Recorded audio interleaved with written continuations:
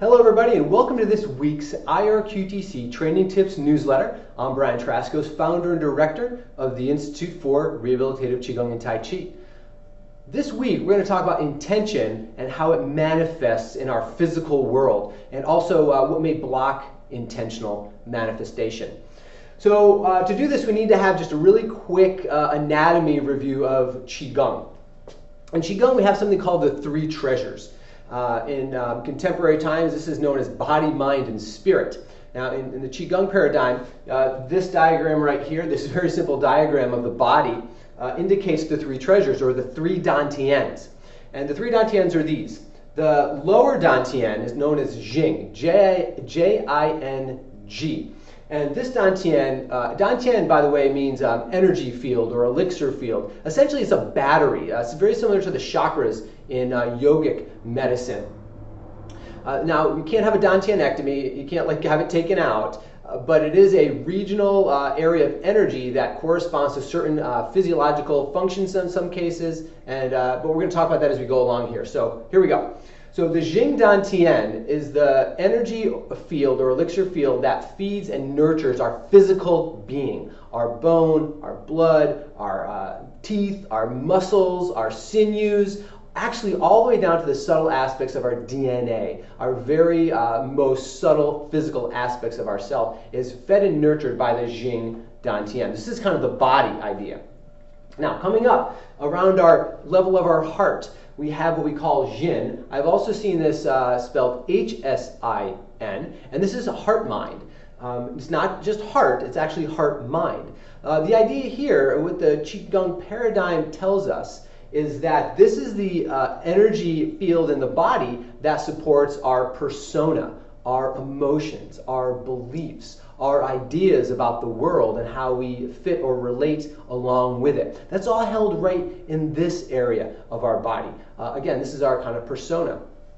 Now, moving on up to the head area is called Shen. And Shen is the energy field that's responsible for our spiritual connection, or a connection to something larger than ourselves. Some people say our universal connection, our connection to universal mind, or collective consciousness, or again, something larger than ourselves, a pool of information that we all share, that we can all tap into, a boundless pool of information and understanding that we're all connected to. And so Shen is the battery that connects us to that aspect of our understanding or our reality, our ultimate reality. Now, the idea with intention, how does intention work with this? Well, again, according to the Qigong paradigm, intention is something that we actually receive from something larger than ourselves. Intention is something that we receive from the universal mind, from the collective mind, from the great one mind that we all link into and share together. And so that essentially when we have any intention at all, it's not just an intention for ourselves, but it's also an intention that the universe has for us, or that the greater mind has for us.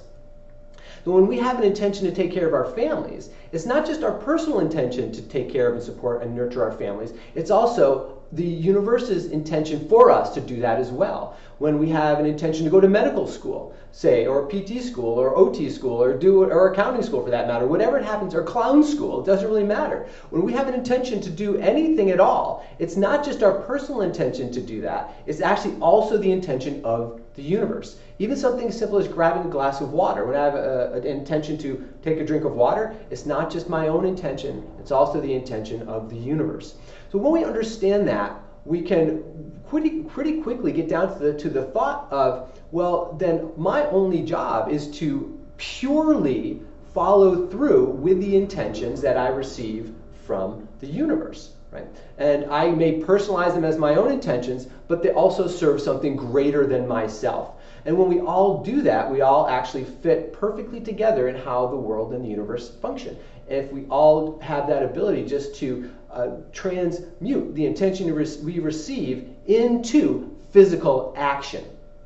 Okay, now there's a saying in Tai Chi that Yi leads Qi and Qi leads Jing. Okay, so Yi is actually intention. That's the word for focused intention in Chinese.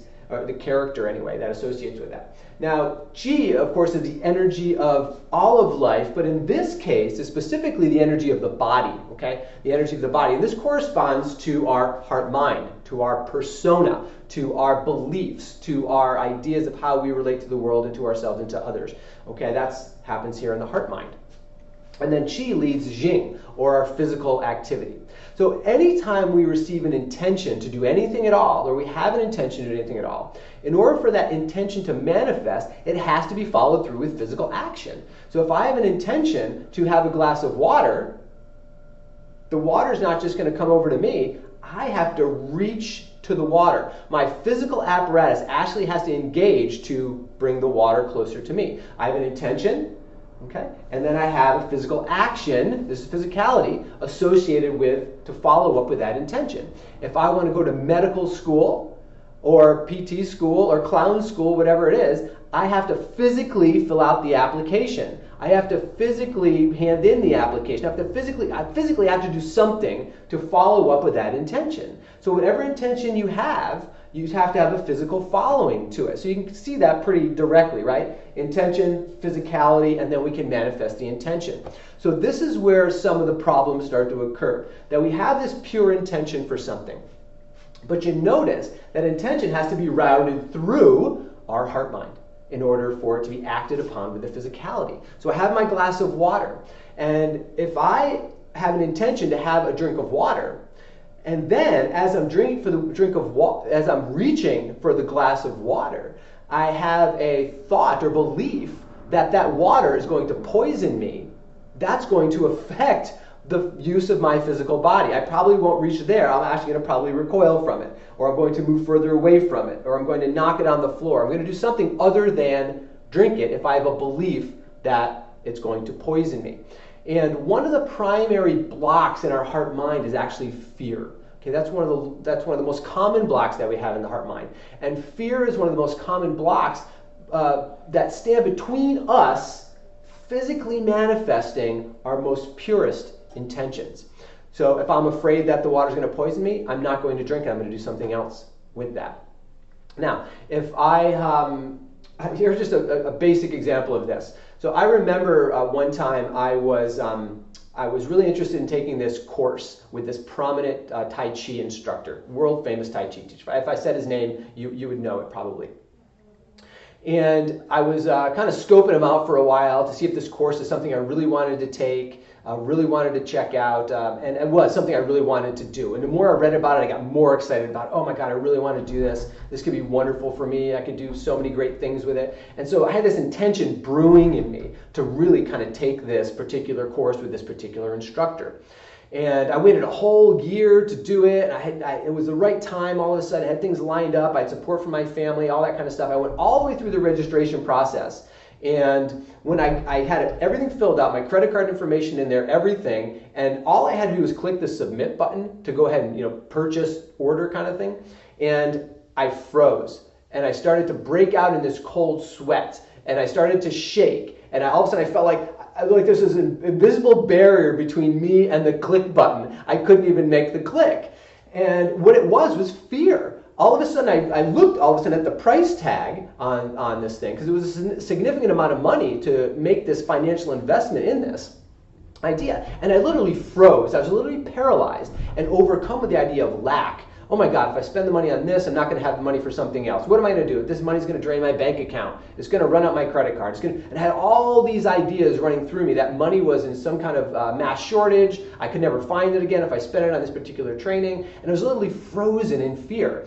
So you can see that my intention, my most pure intention to take this course, was blocked in my heart-mind by fear, and my physical ability to actually reach and click the button was affected by that.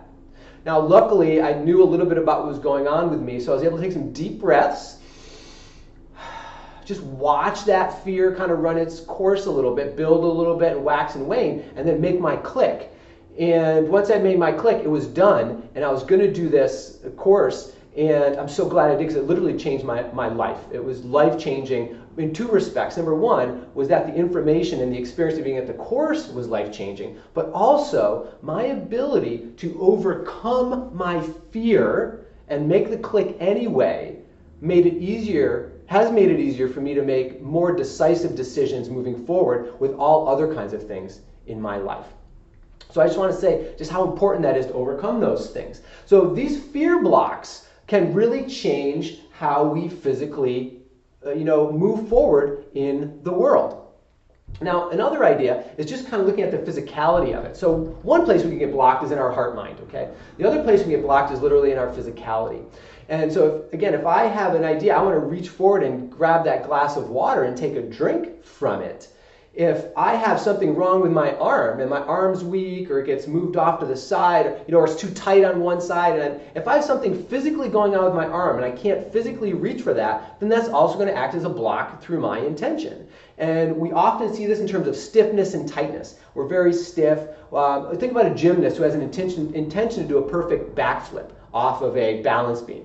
Now, they may have the intention to do the backflip perfectly. They may have everything lined up in their heart mind to do the backflip perfectly, but if they have a weakness in their quadricep or weakness in their heel cord or weakness somewhere else, then they're not going to be able to land that backflip. Right? The backflip is not going to land the way that it would for their gold medal or the perfect landing. So the physicality obviously also has to be lined up in order to have the intention manifest purely. So why is this important? Well, when we practice Tai Chi and Qigong and we get in the mindful, relaxed state, a couple things happen. One thing happens is that we begin to be able to witness what happens in our heart-mind. We start to be able to watch what happens in our belief systems, and we can start to witness and eventually overcome where barriers might be for us to carry through our intentions in a pure manner. Another thing that happens is that whole idea of relaxing, becoming more supple, becoming more resilient, becoming more flexible with our Tai Chi and Qigong practices, which help our physicality to be able to be a pure conduit for our intention. So that when we are relaxed, when we are supple, when we are flexible, but we're also strong and resilient, we become like that whip where whatever happens at the handle gets purely moved out towards the tip of the whip. So again, those are some just really quick ideas of how intention manifests physically, as well as why we do things like Tai Chi and Qigong practice. So for your patients, for your clients, for your students, when we watch them do things and they seem to be blocked by a movement or blocked with an action, we can start asking ourselves, where's that block happening? Is it a heart-mind block? Is it a physicality block? Is it a combination? What's going on? And for yourself, when you find yourself blocked with an action that is not, you're not able to carry through a pure intention to its, manifesting conclusion, ask yourself, where do those blocks occur? And then we can do some practice around that. So thank you so much for joining me again this week. I look forward to seeing you again soon. And we have some trainings coming up. Hopefully we'll see you there too. Take care. Have a great week. Bye-bye.